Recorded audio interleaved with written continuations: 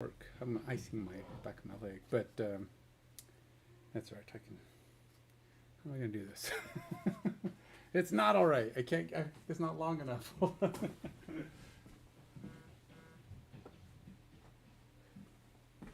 Gotta tie it on so I can move my foot. That's probably work.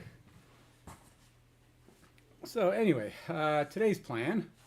I do have to do more Azure, but I think I'm going to start today with some Blazor React. I want to say Blazor Razor because my brain thinks that sounds cool. Razor versus Blazor, but they're the same thing, so that doesn't work. So, yeah. Anyway, see if I can get this thing on. It's going to get to work.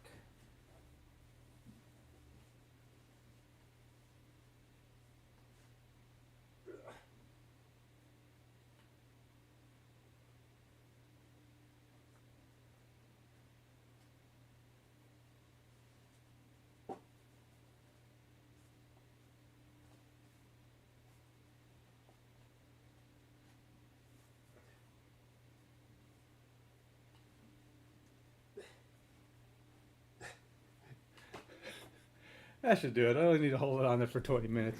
Alexa, set timer for 20 minutes. Alexa, set timer for 20 minutes. 20 minutes, starting now. 20 minutes, starting now. Okay. Yeah. Let's get some work done. Okay, so what I'm probably going to have to do at some point here is I got to start making a plan of the things that I want to do. So I kind of got some basic stuff in. I thought this time I'd start working on maybe getting the Auth page done.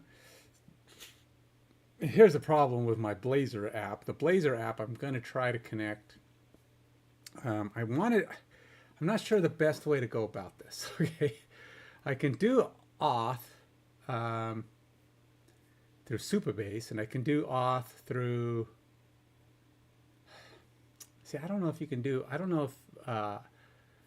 All right, let's go. Let's open up my Azure. I have an Azure account. Now, I'm mostly trying to do the free stuff to keep the dollar amount down.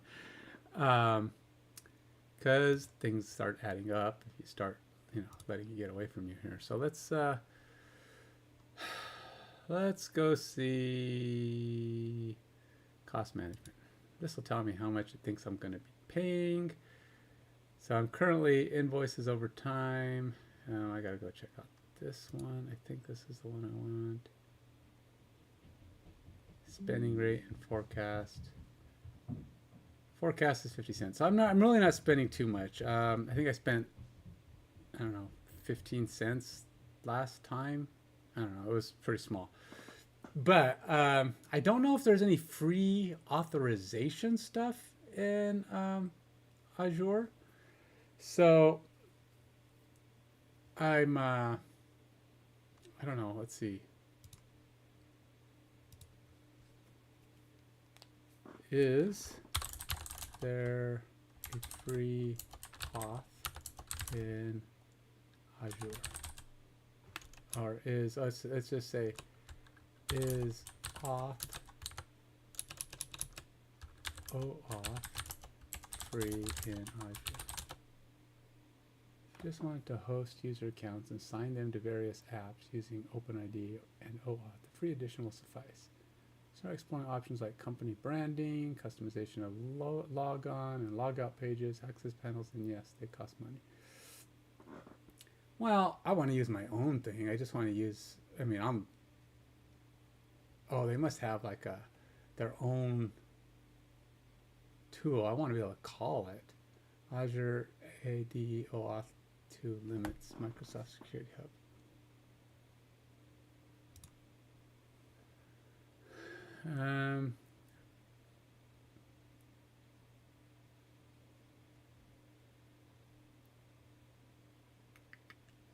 Through Office 365, we have Azure AD Basic.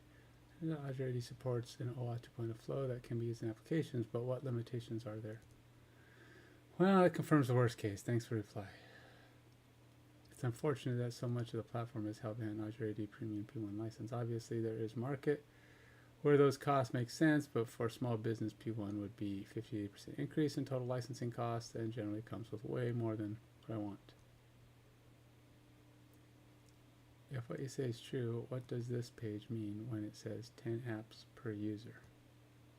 Didn't realize there was possible for a free tier with Azure AD Free and Azure AD Basic, and Azure, who have been assigned access to SaaS apps, can see up to 10 apps in their access panel and get SSO access to them.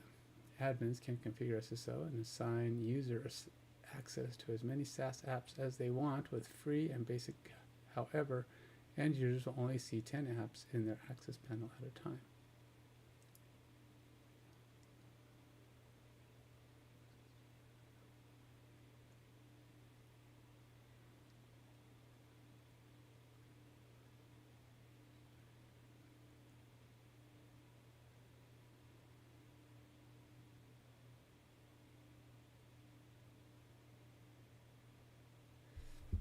Yeah, see, I'm not sure. Now, I have limited auth experience, and in my auth experience is limited right now to Supabase and React. Now, I'm sure there's a way to do it with C#, and I'll probably attempt that. But I don't know. I would like to come up with a way to add security. See, right now, security through my app, if I do a reverse engineering of my website, why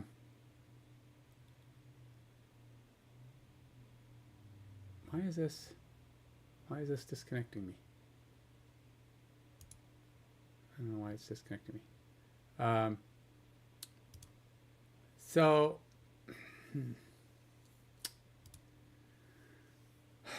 I want to put up a website. I could just build my own security, but it's not going to be as secure, right? It's not going to use keys. It's not going to use anything like that. It's just going to be a login where I just be making them log into the account. It can be done that way.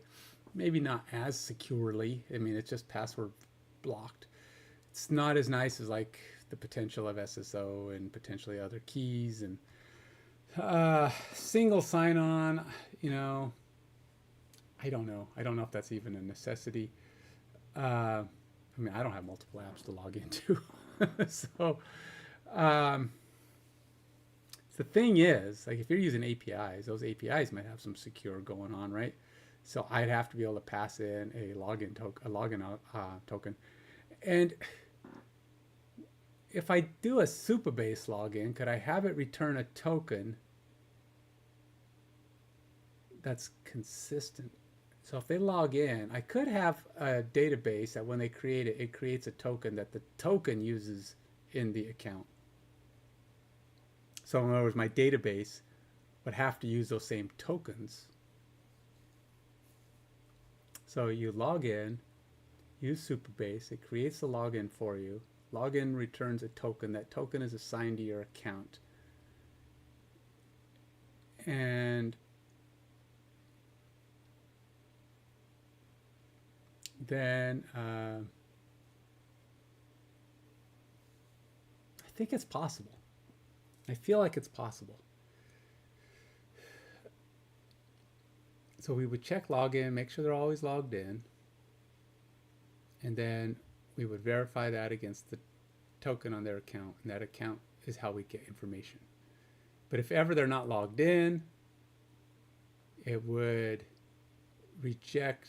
not utilize the token. So the token, in other words, it's like a double requirement, right? So you have to have the token from the database and you have to be logged in. If you're not logged in, the token won't return anything. It won't work. So in other words, so even if you kept like that login information, it somehow could get the token that's stored in the database, it won't work because you're not logged in. So you have to be logged in for that token to work. I think that could do it. And this will allow me to have like Supabase, use OAuth from Supabase. This way I can actually have both applications use the same login tool. And I can use the same database with the same token on both sides. Or even if they use a different database, I can have a different token. I don't want to use different database. I'm hoping to be able to use the same database for both. And that's where the question kind of comes up. What can I store and where can I store information? So I'm going to actually try to use, I have HostGator. I'm going to try to use HostGator. I have a SQL Server license on there. And again, I don't know if I'm going to be able to browse. If I'm going to be able to create an API against this HostGator SQL. And I don't know what I'm going to be able to do there. But ideally, if we can get logged in, that's what we'll start with. And then ideally, we could start storing that information.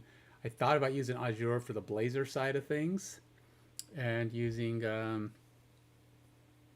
but it's going to be interesting because I don't know how much I can cross domains. I mean, there is cross domains, a cores resource, but I don't know if I can do that if I can do that outside of Azure. Can I have it cross over to another thing to get my database information? It's going to be a lot of learning of what I can and can't do. And of course, what can I do and how to do it. So, all right, so we're going to start with, we do know that there is an auth portion of my Visual Studio here. Let's go ahead and stop this. I didn't even know it was running still. Do I have the page up? I do. Okay, so we have these auth required, right? So I've got to go in and activate this. There are no external authentication services configured. See the article about setting up. Let's go see the article about setting this up. Open a new window just in case I have to close this down, but I do want to try to set something up like this. Facebook, Google, and external provider authentication in ASP.NET.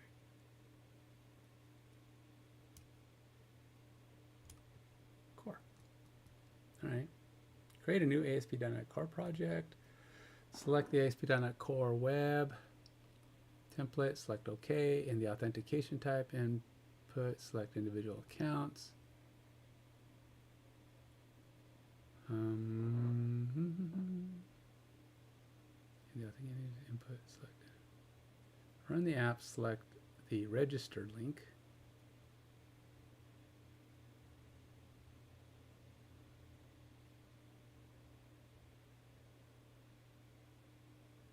Apply migrations. Run the app, select the register link. Enter the email password, and then select register. Follow the instructions and apply migrations. I think I have to do something else. All right, let's go to Visual Studio here. And we are going to hit stop because I think I need to hit stop. This is why I opened that in a separate window so that it wouldn't go away. Or did it go away anyway? Did it kill it because it was off that same brand? Oh, that was lame. It did. It went off there. It went off. It deleted it anyway. It's like, oh yeah, well that's a thought, but no, we're not going to let that stay open. I thought since I opened it in a separate window, it would have stayed open. Dang nabbit. Dang it, nabbit it. It must have been because it was in a different, it was in its own little like enclosed instance. All right, so.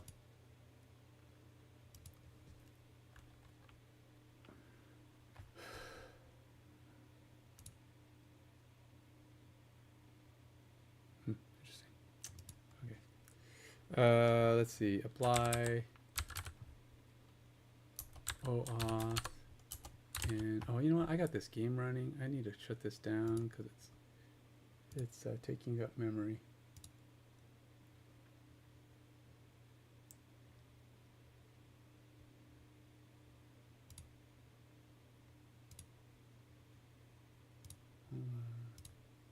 Get this out of my face, man.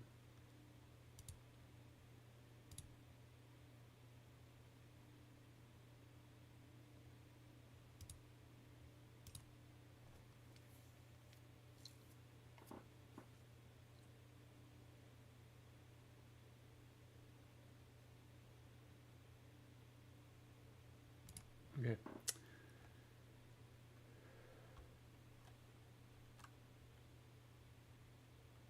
There's too many things that distract me on MSN. Okay, so apply OAuth in .NET or web app.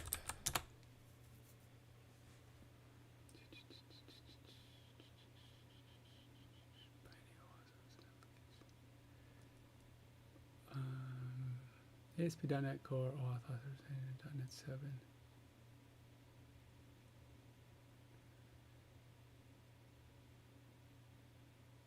All these guys doing the same thing. Are they the same person doing it? No, it's like different people. I think this might be the same guy.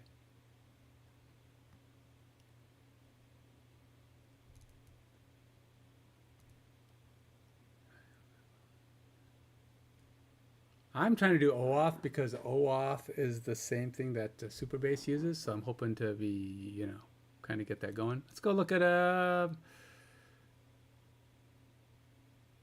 let's go look at this guy's. I don't know, because it says C#, which is what I'm using, right? Blazor. Yeah.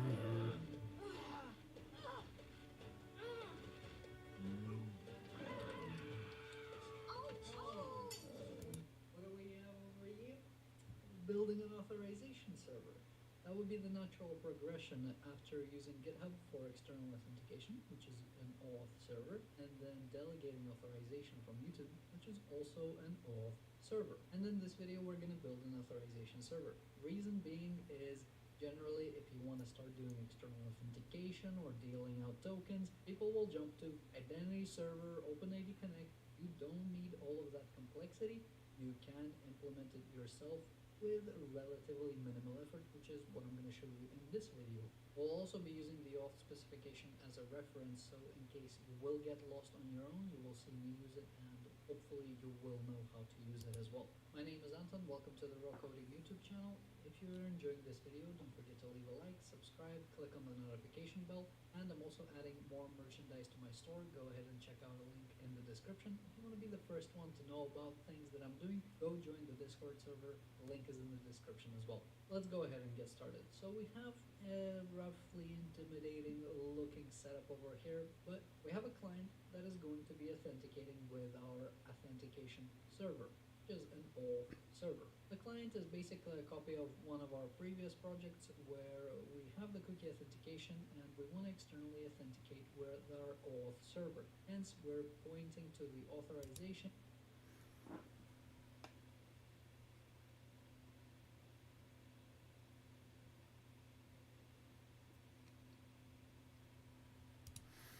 I'm just going to take a look and see what I've got. What do I have already in existence?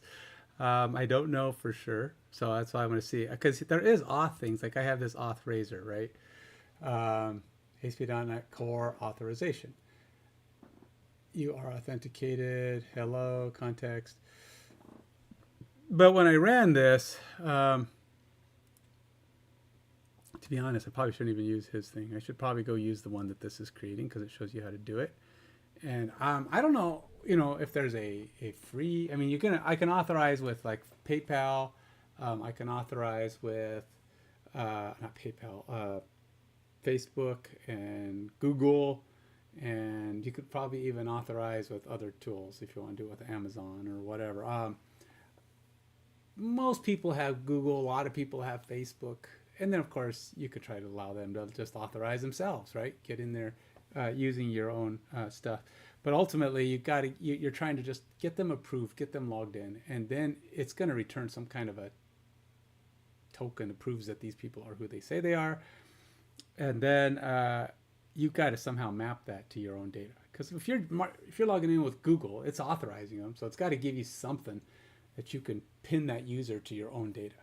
Because you're not using a Google database or a Google source to do that, right? So you're going to be doing. Let me update my stream information. I may not have said what I was doing. I mean, I said what I'm doing, but practical application. Let's see here. Practicing through practical application. Auth.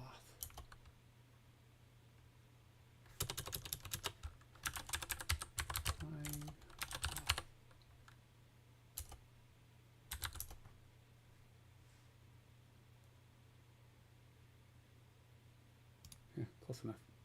My titles are getting too long. I'm trying to.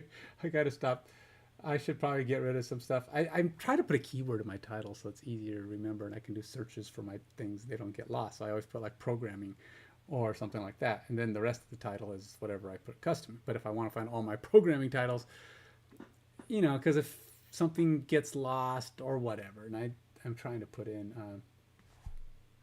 let's actually take this. Just trying to make my stream titles a little bit more streamlined.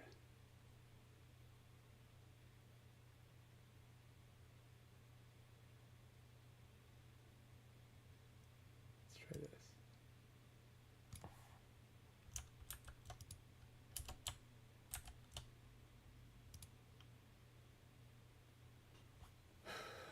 Okay. I'm going to run this again. I want to find that link that it gave me. There's probably a link. Well, actually, you know what? It might actually show it on here. Let's see. If I go to the Blazor page, user identity, no. Error, nope. Show import apps routes. It's not much in here. So is it like program, not program.cs. There you go, persistent authentication state provider. All right, this is a client-side authentication state provider that determines the user's authentication state by looking for data persisted in the page when it was rendered on the server. This authentication state will be fixed for the lifetime of the WebAssembly application, so if the user needs to log in or out, a full page reload is required. Alexa, cancel. This only provides a username and email for display purposes. It does not actually include any tokens that authenticate this. Make subsequent request. This request separately using a cookie. Alexa, stop. Jeez, you cannot hear me today. Alexa, stop.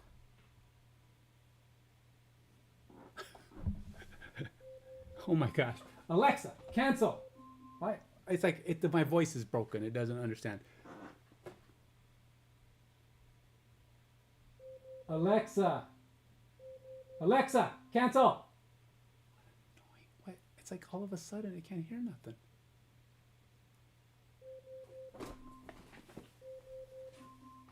What the heck?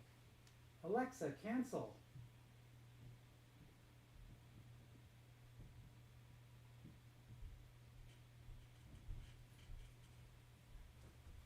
I don't know what's going on with my Alexa. She can't hear nothing. Like her brain just shut off. You know, for people talk about she's always listening. She's not to me. Okay, I could take this ice off of my leg now.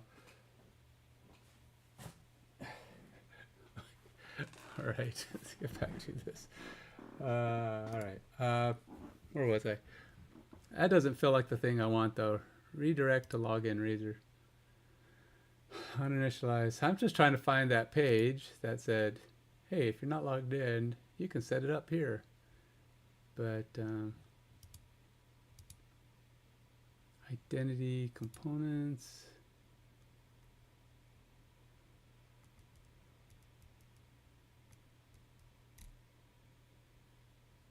Build reactive.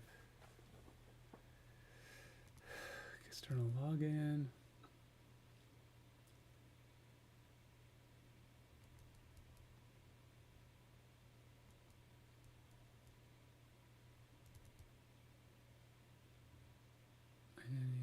Hop email sender.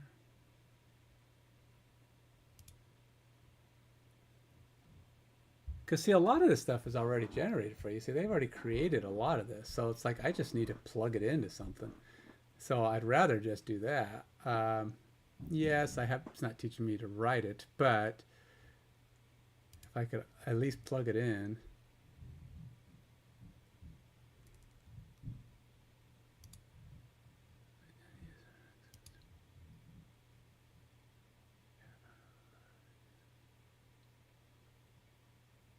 All right, I got it. I don't know what page. External login picker. There are external authentication services configured. Aha, that's what I want. Here we go. This is the link I'm looking for.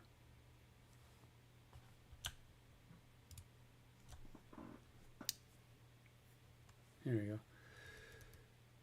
Okay, so tutorial demonstrates how to build an ASP.NET Core app that enables users to sign in using Auth 2.0 with credentials from external authentication providers. That be Facebook, Twitter, Google, Microsoft providers are covered in the following sections and use a starter project created in the article. Our providers are available in third-party packages such as OpenID. Now, I'm probably going to have to find out how much it costs and stuff, but we'll see. Enabling users to sign with existing credentials is convenient for the user, shifts many of the complexities of managing the sign-in process onto the third party. Create a new ASP.NET Core project, select ASP.NET Core, select OK, in the authentication type, input, select individual accounts. Can I do that now, or do I need to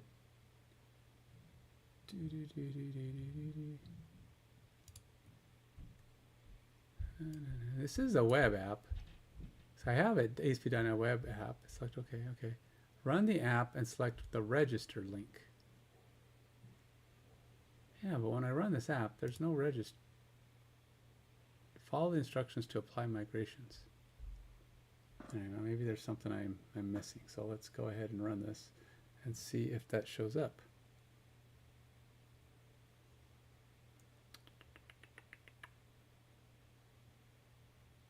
Now this is just me trying to get this in Blazor, and then I will try and do it in Razor. But I might use Razor's, not Razor, dang it, React. It's not Razor. Why do I say Blazor, Razor?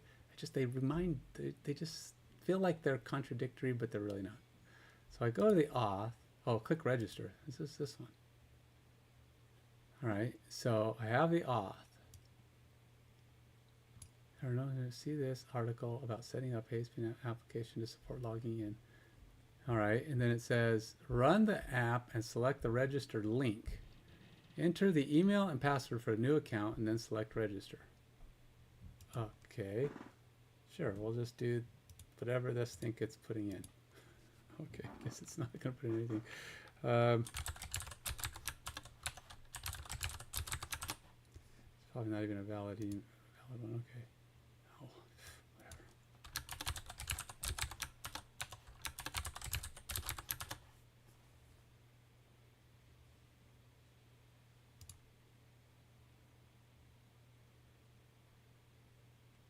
Now, we don't have anything linked, so it must do something to connect me to stuff. It says, enter the email and password, click register, follow the instructions to apply migrations. Oh, there it is, apply migrations. A database operation says, applying existing migrations may resolve the issue. There are migrations that have not been applied to the following databases. Okay, well, apply migrations. It'd be crazy if this just works. So this just plugs them all in, and I'm like, oh, I can do all these guys now. Migrations apply. Try refreshing page.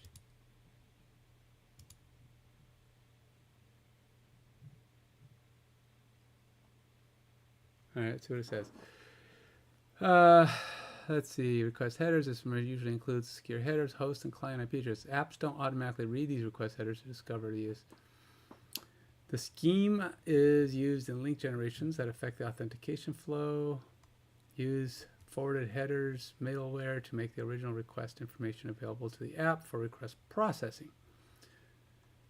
Use secret manager to store tokens assigned by login providers. Aha, see, there we go. Social login providers assign application ID and application secret tokens during the registration process. The exact token names vary by provider. These tokens represent the credentials your app uses to access the API. Tokens constitute the user secrets that can be linked to your app configuration with the help of Secret Manager. A secret manager. User secrets are a more secure alternative to storing the tokens in a configuration file such as app settings.json. Secret managers for development purposes only. You can store and protect Azure test and production secrets with Azure Key Vault configuration provider.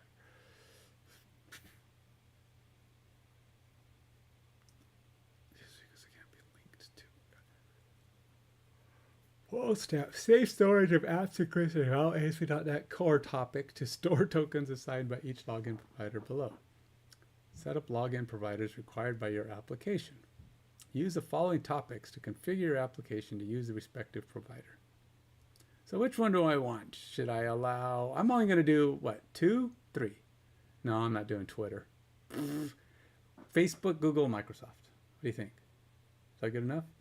I would like to do other, like just me, but when the app requires multiple providers, chain the provider extension methods from add authentication. Add authentication. Add Google, add Facebook, add Microsoft, add Twitter. Oh, okay. Interesting. So do I need to go to those pages? Let's go to Facebook. Let's do Facebook. I gotta do Facebook. I have Facebook, and I use Facebook and Google are the two I see the most often. But I've also seen Microsoft, and I don't have a problem with using Microsoft's. I don't know why anybody would, but people just have issues. Just you give them lots of ways to do this. Okay, Facebook external login setup in ASP.NET Core. All right, create the app in Facebook. Store the Facebook app ID as secret. All right, well, create the app in Facebook. Add the Microsoft ASP.NET Core authentication Facebook NuGet package to the project. Oh, how do I do that? NuGet. All right, let's go here. Let's go back to register and see what this does.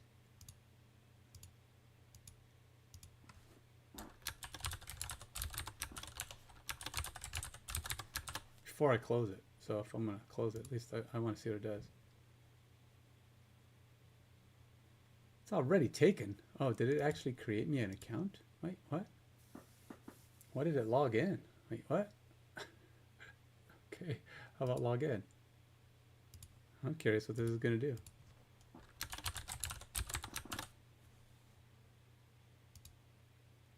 Invalid login attempt. It didn't like it.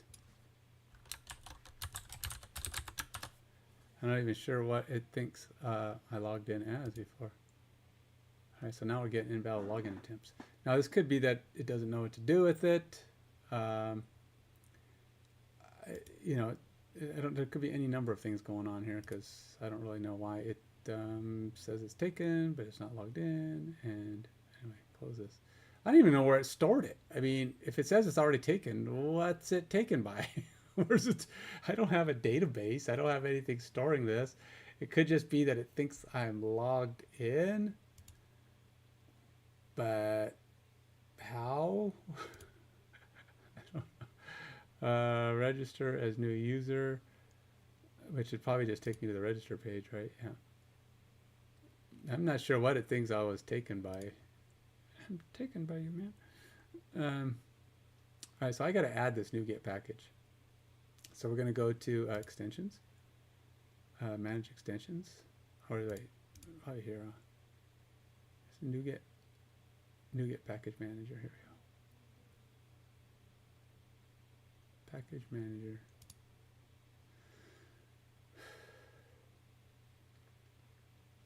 We'll go browse. We'll go Facebook. Microsoft ASP.NET Authentication Facebook. Now, do I want this in my client app? Which one does it go into? Do I want to add it to my client app and my web and my server app?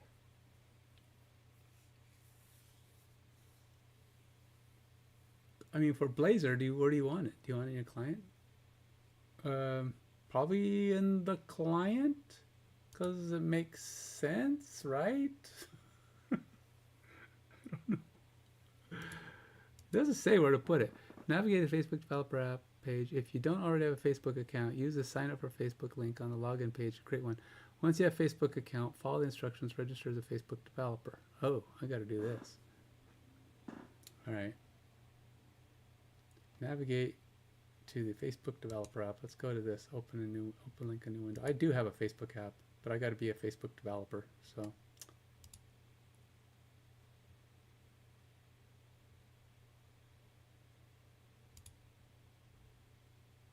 how do I register as a Facebook developer? Developer tools.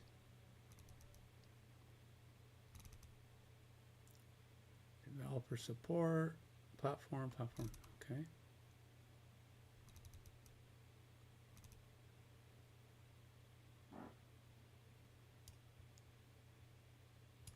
I have one. Once you have a Facebook account, follow the instructions to register as a Facebook developer. Well, where is the instructions for that?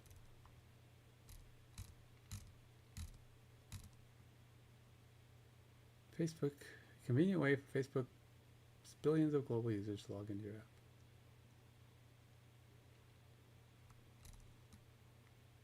The thread API is finally here. Okay, well, how about get started?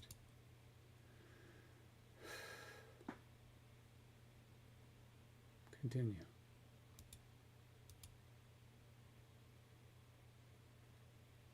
Review your email address. Okay. I'm a developer.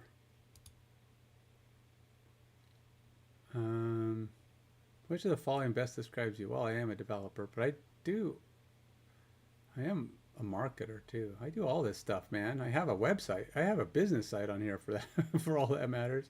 Analyst, not really an analyst.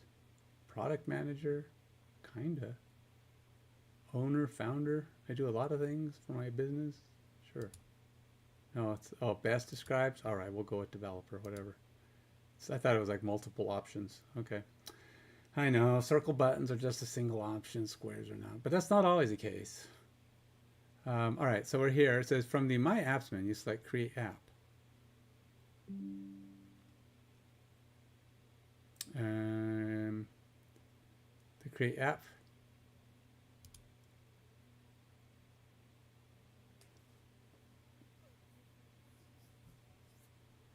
Explore use cases. Look for something else. Create app. Okay. Which business portfolio do you want to connect this app to? Let's put it under my business name. Sure, ActiveMinds Games can create this. This is a cool thing. I mean, it would be a side thing, but it's going to be under my portfolio, whatever, you know. But it'll be attached to ActiveMinds Games because that's what ActiveMinds Games does. It does cool game stuff. All right. Authenticate and request data from users with Facebook login. Well, we want that. Launch a game. Access the thread API. I don't even know what this is. Use the threads API and choose to authenticate users. Retrieve user information. Post threads. Reply to threads. Manage reply settings. For threads profile you own or manage on behalf of others. Oh, no, this is fine.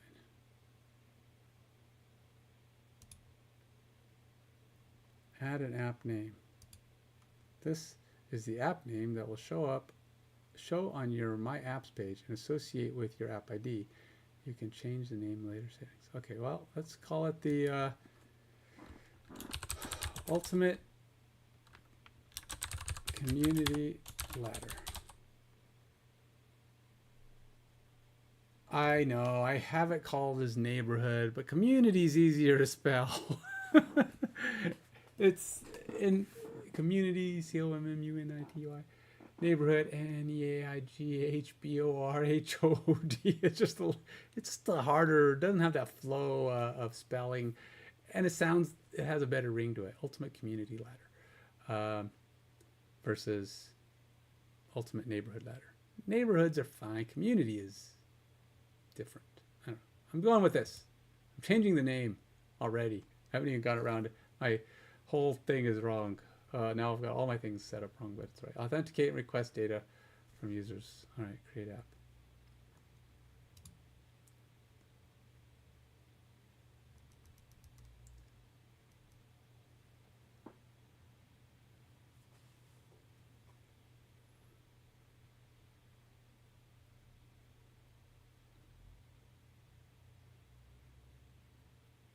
Quick start. So the first, bypass the wizard for now. Looking for Facebook login settings. Okay, so here we are. Add customization requirements. The quick start wizard. Required action. Oh, here we go. App settings.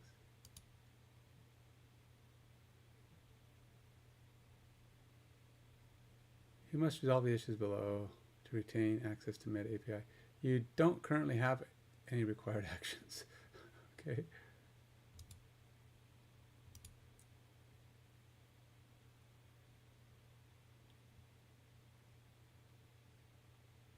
All right, so client OAuth settings, where's that?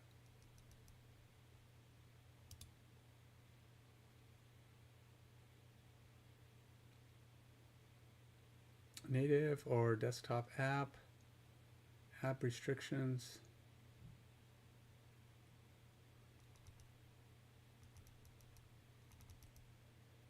Okay, as you notice, this does not match.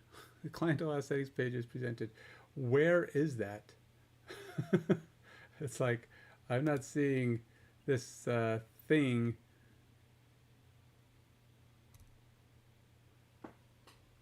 I have Facebook login. I do have dashboard, and see, they got settings right up here.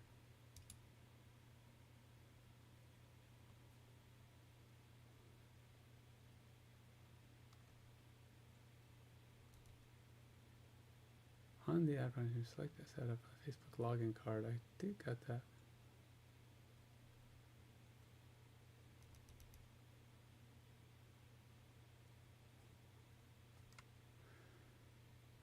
Is there a thing here?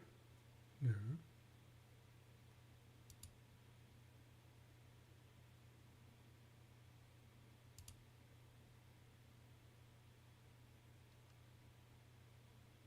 All right, so add custom use cases.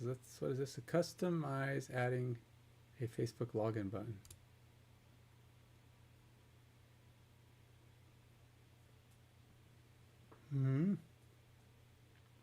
It's probably not really what I want.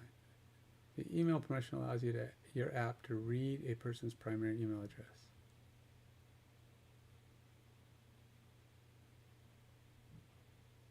Public profile. Settings. Is it this one I want? Oh, there's the settings I want. Okay.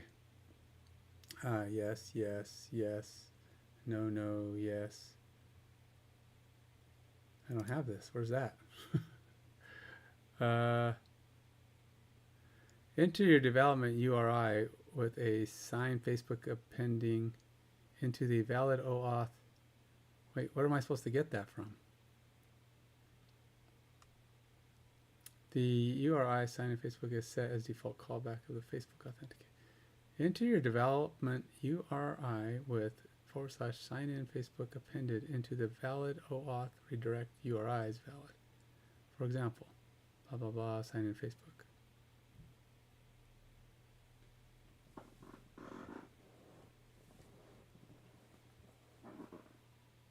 Oh, I see. So it's going to be whatever I'm using for this app. What is my local login URI? I don't know. So my local, all right, let's open this. Let's run this again. It's localhost something, I'm sure.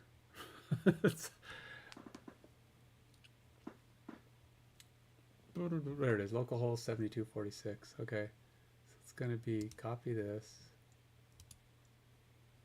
and sign in dash Facebook. So we're going to go here, here, paste, sign in dash Facebook.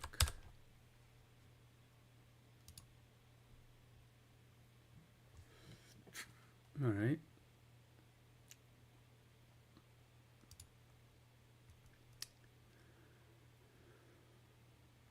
Click Save Changes. Okie dokie.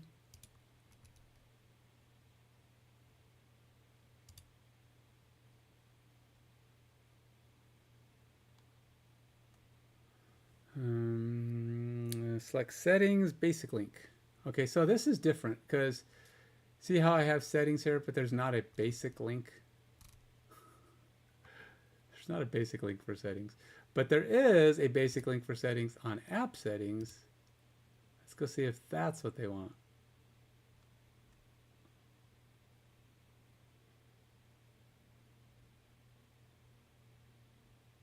Make a note of your app ID and app secret. Oh, there you go. All right, so let's go to my go create myself a hot note. New quick note.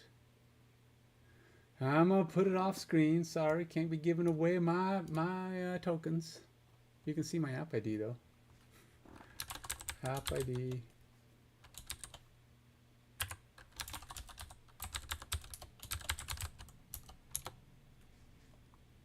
We will copy this puppy.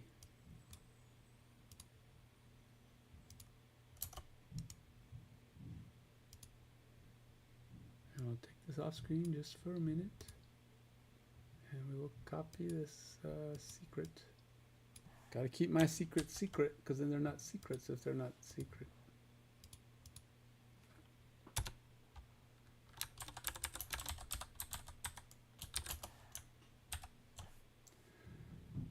All right. Then what? Store sensitive settings such as Facebook app ID and secret values with Secret Manager. For this sample, use the following steps. Okay, so we're going to do the following steps. Store the sensitive settings in local settings store with secret keys. So I'm going to do this guy. Copy. Local secret store with secret keys. Where's local secret store? Initialize the project for secret storage per the instructions at enable secret storage. Boy, oh boy. Okay, open link in new window. All right. The Secret Manager tool operates on project-specific configuration settings stored in your user profile. The Secret Manager tool includes an init command to use user secrets. Run the following command in the project directory.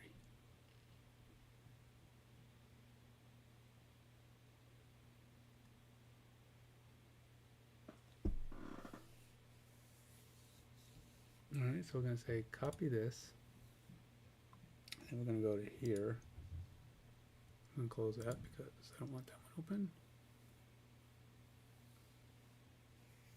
open. Now, here's a question. With there's got to be a way to open up like a terminal here, right? I mean, you can open a terminal in Visual Studio, right?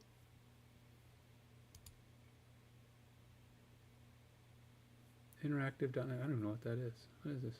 Interactive compiler. Loading context from type help. Is that a thing? Is there a terminal window here? Can you open terminal? Hey, there's a terminal window. Hey, there we go. It's PowerShell. Sure. Okay, so we're in the ultimate labor. All right, let's do that. So we're going to go ahead and Control V. .NET user secrets init. Oh, it failed. What? Cannot find MS build project file. Git repos. Specify which project to use with the project option. Oh. What is it called? Ultimate Neighborhood Ladder. Oh, it's probably UNL Web. Then we're going to go UNL Web.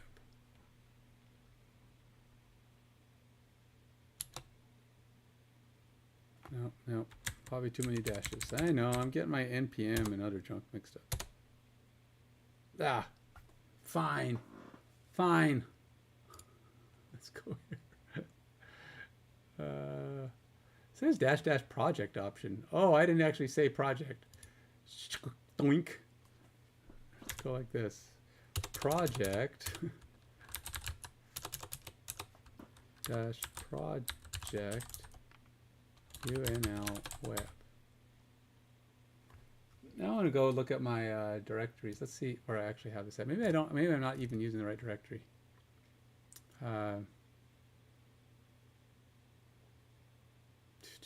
Data.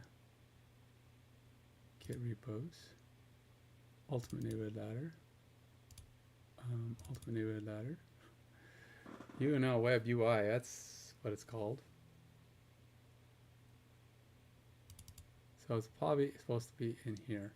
And now again, I don't know where I'm supposed to be putting this. Where do I put this OAuth? Do I put it in the client or do I put it in the... Dang it.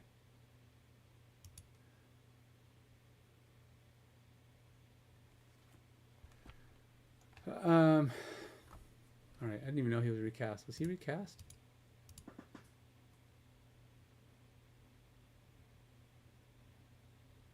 Huh.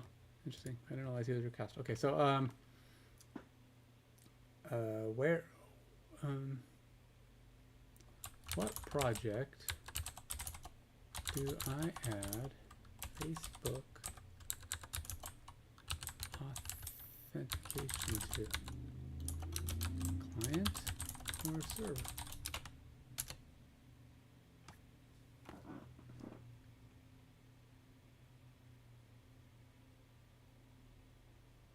Facebook login for the web.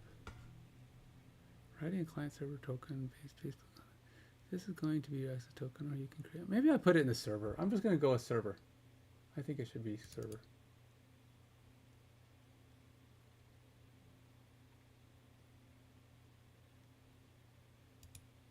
Which means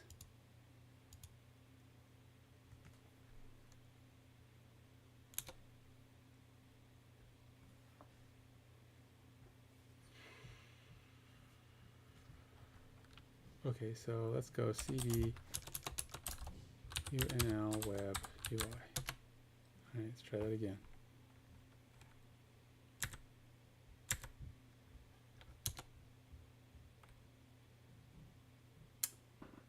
Oh, nope. CD, why do I even have two? UI.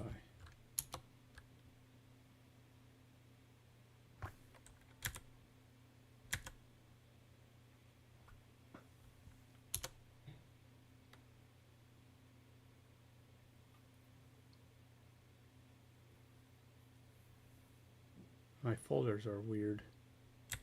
All right, let's just go back here.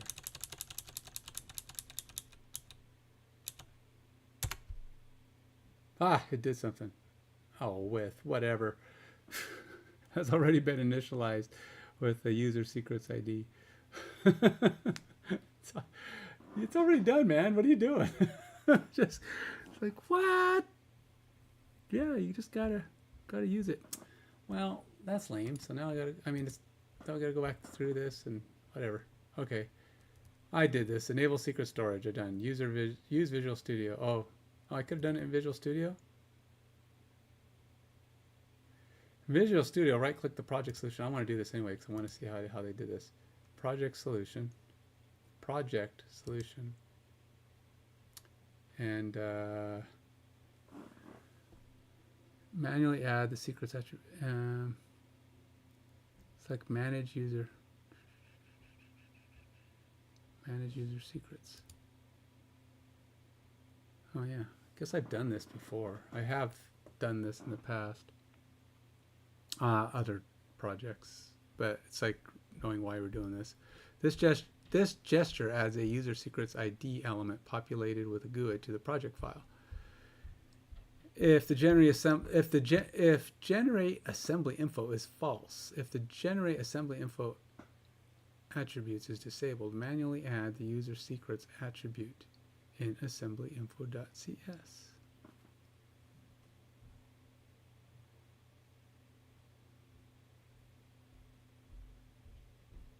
Do I have an assemblyinfo.cs?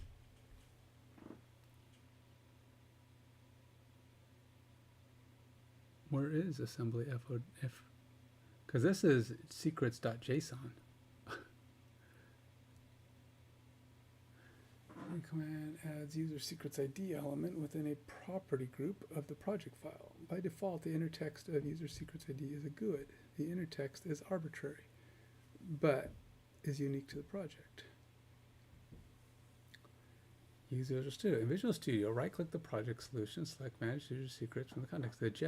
This gesture adds a user secrets ID element populated with GUID to the project file. Manually add the user secrets attribute in assembly info, for example. When manually adding user secrets ID attribute to the assembly info CS, the Logan Catherine, who's that? Hold on a second. I gotta see. It might be work thing, you know. Gotta get a job. This is Ken. Hey, Ken. It's Scarlett calling from Okay, how you doing? I am good. I was wondering if you're still in the job market. Yes, I certainly am. Okay. I just sent you a job description. It's for Signify Health, and it's a remote role. It is project based, so it's around 6 months of a project, and we could pay the same rate we were paying for that McKinstry role that we were looking at, about $70 an hour.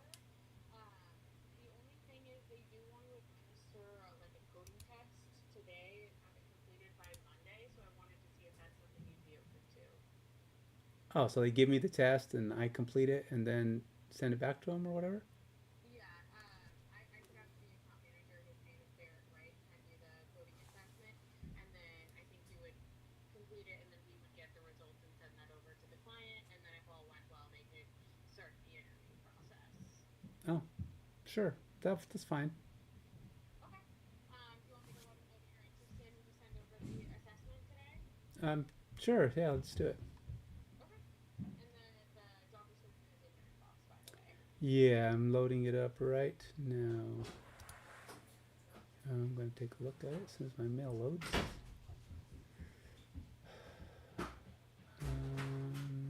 And you sent that to my Kenneth I.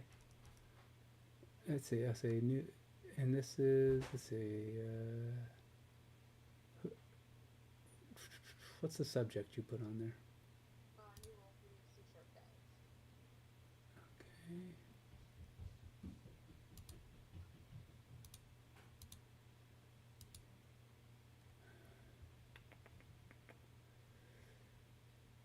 Um,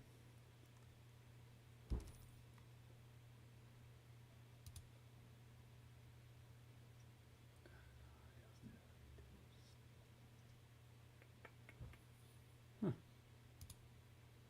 Not actually, my mail doesn't look like it's even up to date. Why is it? I feel like it's not loading it.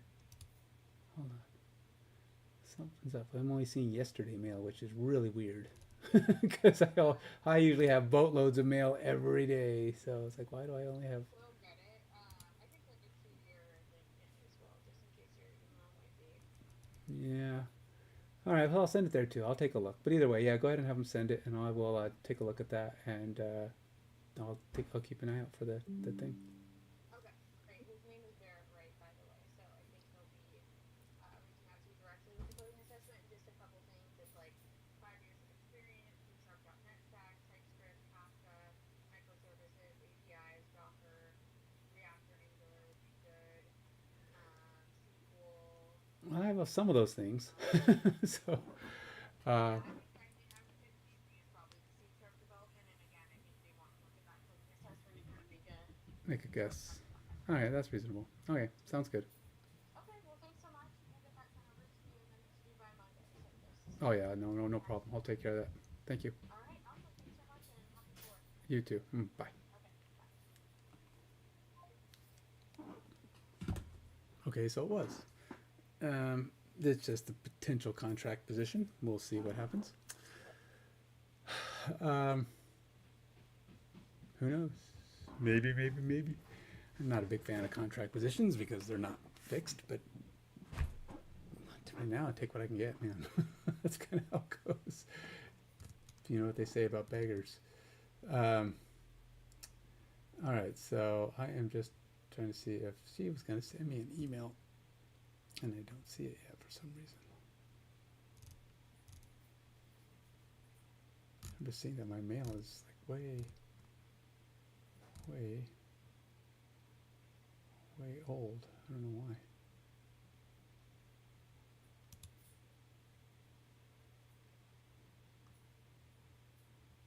Last thing was yesterday at 6 o'clock.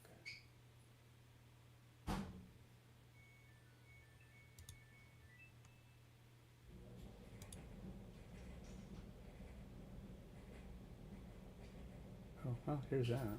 I found it. Apparently it just hasn't come in yet.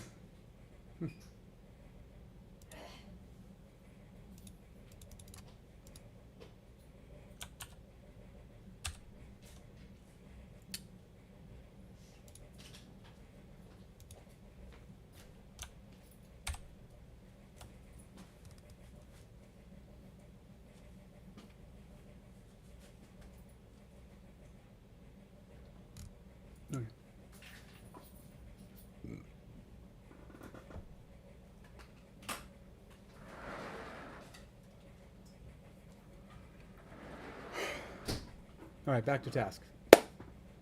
I was trying to apply secrets. Secrets.json. So this is a secrets.json.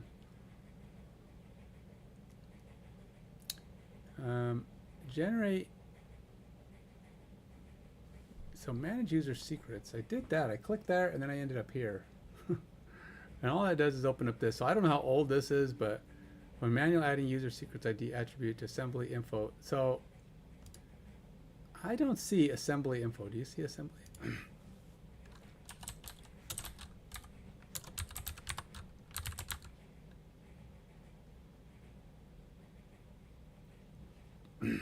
There it is, assembly info. It's under debug. Seems like an odd thing to add it to.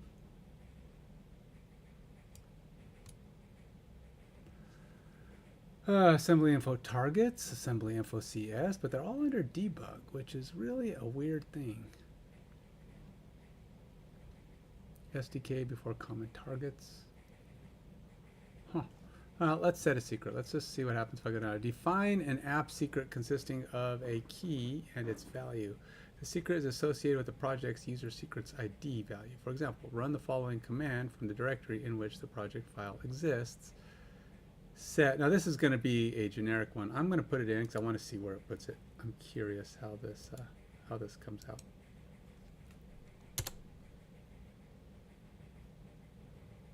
Oh, there it is. Look, it put it in just like that. So yeah, that's kind of what I thought it was going to do. That's what I thought it was going to do. Yeah. But I wanted to be sure because I didn't know it was going to do that. So I can actually add my items here. So because this is not even my Facebook thing. This is just adding secrets. So if I go back to my Facebook task, and so these are going to be my authenticate API and secrets, and this is going to be copy. I'm going to put them over here because I need to put those values in. And then we're going to change my app ID.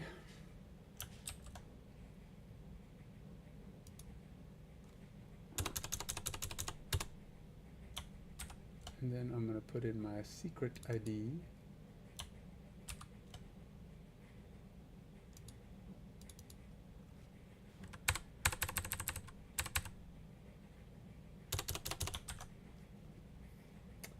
I'm going to copy both of those guys, Control C, and I'm going to take this guy off the screen just for a moment while I copy and paste this. So again, it's going to be the exact same thing I just did. These are just two different secrets I'm adding in so that I can keep it.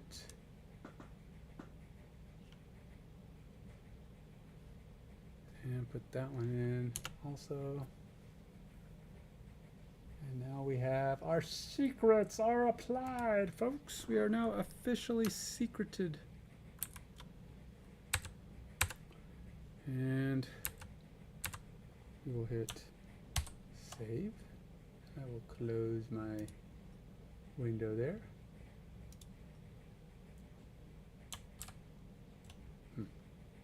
Fine. Oh. Stop it.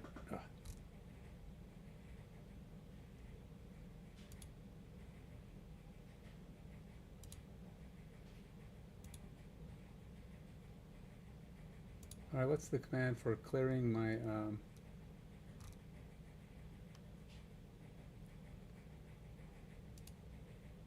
whoa, what did I do? Oh.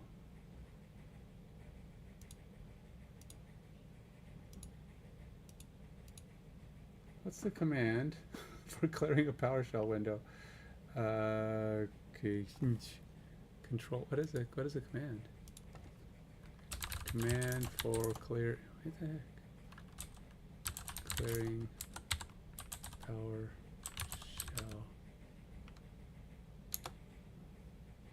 Alt F7? Wow, that's weird. We don't have a new weed whacker? The Greenworks? Yeah, we have the Greenworks one is in the in the garage. Oh, okay. Well, I didn't do anything.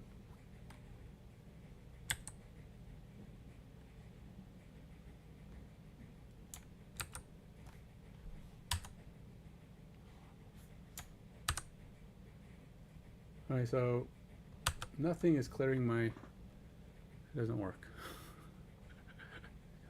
I can clear the history, but I can't clear... Yes, alright, there's got to be a clear PowerShell history. Doesn't do anything. I tried Alt. You can also press Alt. What do you mean also? What's the first option? By default, clear history. Clear history? Alright, let's type that. Clear dash history. That doesn't do anything either.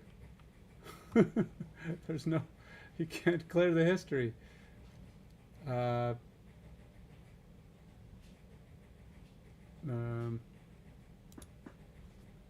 In Visual Studio 2022. Maybe it's a different thing here, right?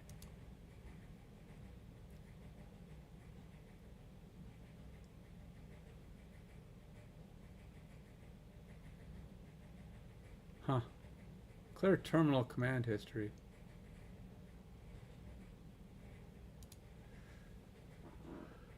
Control Shift P. Control Shift P. No.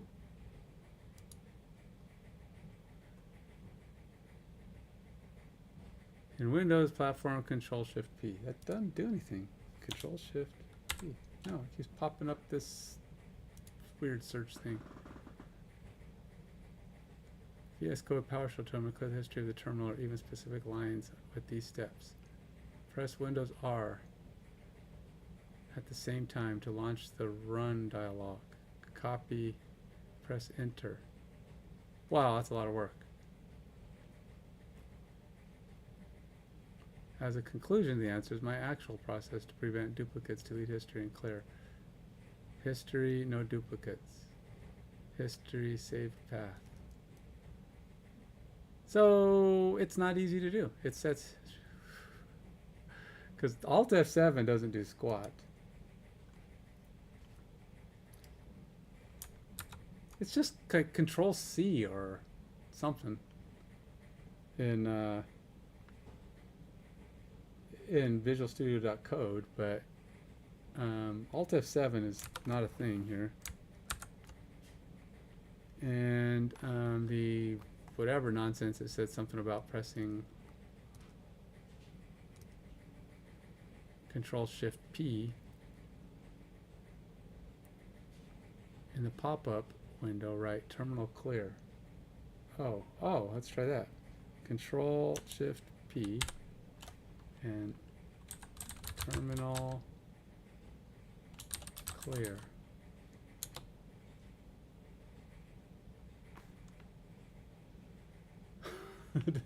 Terminal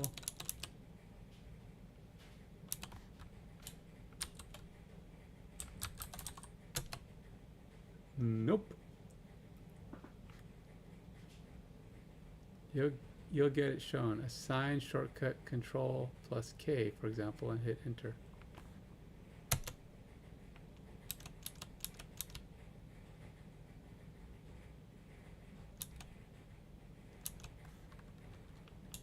Wow, this is way more hard than it should be.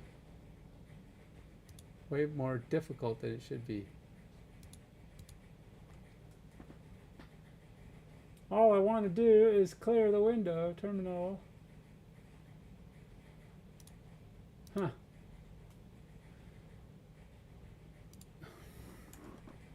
Clear PowerShell terminal window in Visual Studio 2022.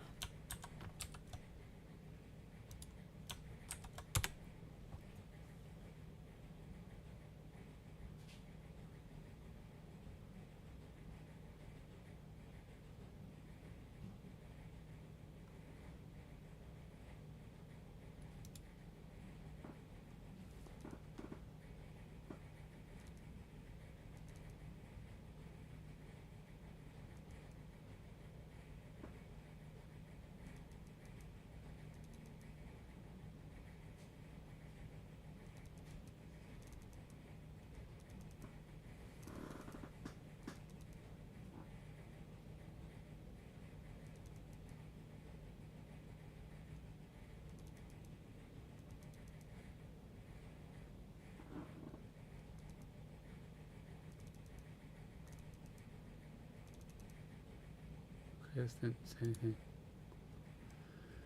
Clear screen in PowerShell command line without. Clear screen is first.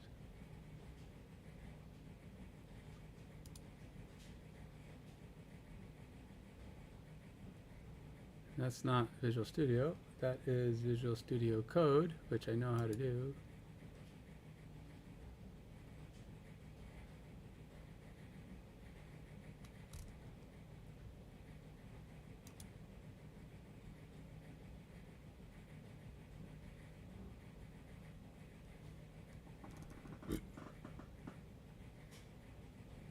What if I just type clear? Ah!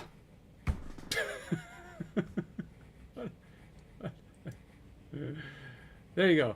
How to clear the PowerShell. Just type clear, man. Just why is that so difficult? Why does everybody putting in there make it difficult? Just type the words clear, it clears it. Voila, it's gone. Some of the things out there are silly. Okay, so yeah. Yeah, that's just, yeah.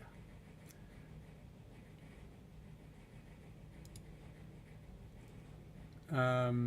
Okay, so we're gonna go back to doing that. I just wanted to get my secrets, you know, unloaded. I felt it was necessary. All right, so let's go ahead. We're gonna do the same thing in Razor. Now, I don't know how I would do that same thing in Razor, but I'm guessing it's similar, right? I mean, you probably use the M file, maybe. I don't know for sure, but I'm sure there's a way to do it, right? So let's go ahead and continue forward on my Facebook journey. See if we can get these in. I got them. Add the authentication service to the program. All right, so we're going to go add authentication. So we're going to go here. I would imagine by a program, they mean the program.cs. So let's copy this guy over here. And we're going to go solution. Nope. I have too much junk open. Too much. Overload. Let's close some my bank stuff because nobody needs to have that up. Nobody wants to see that nonsense. Right. None of you want to see that stuff because you're all good people and you're not going to try to see stuff you don't want to see.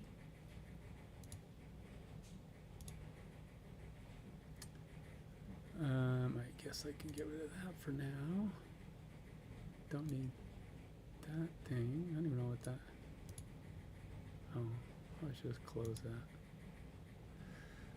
Close enough. Okay, so we're going to go here.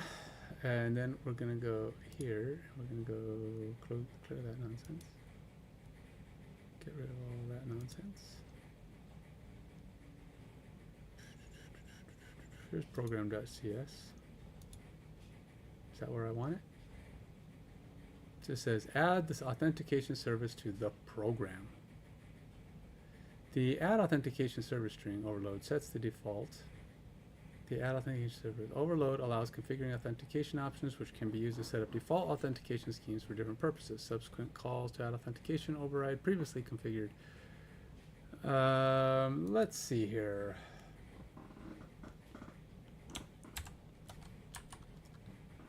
Add auth not found anywhere. Oh, there it is. Add authentication options. Okay.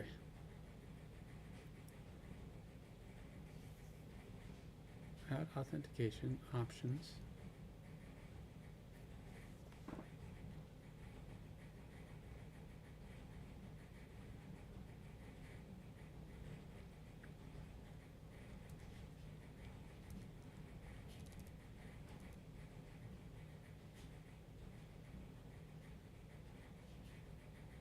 Builder equals web application. Oh, we got builder here. Builder equals builder.services.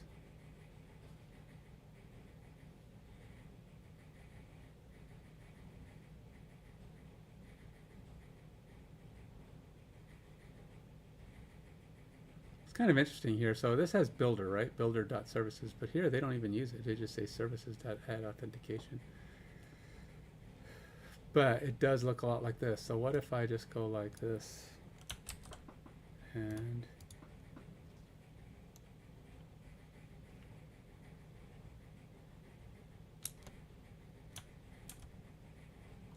it doesn't know what to do with it, but what if I say builder?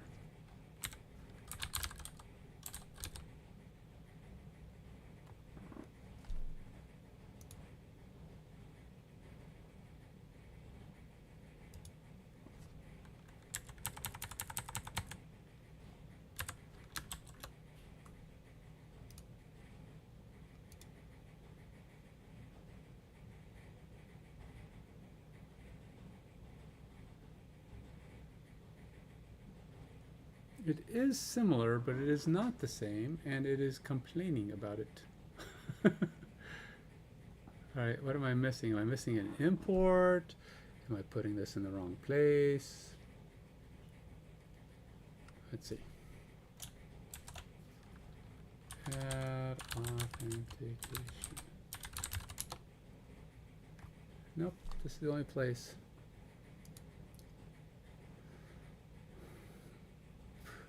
Doesn't like my add authentication. Says it doesn't exist, right? Does not contain definition for add Facebook. So I'm missing a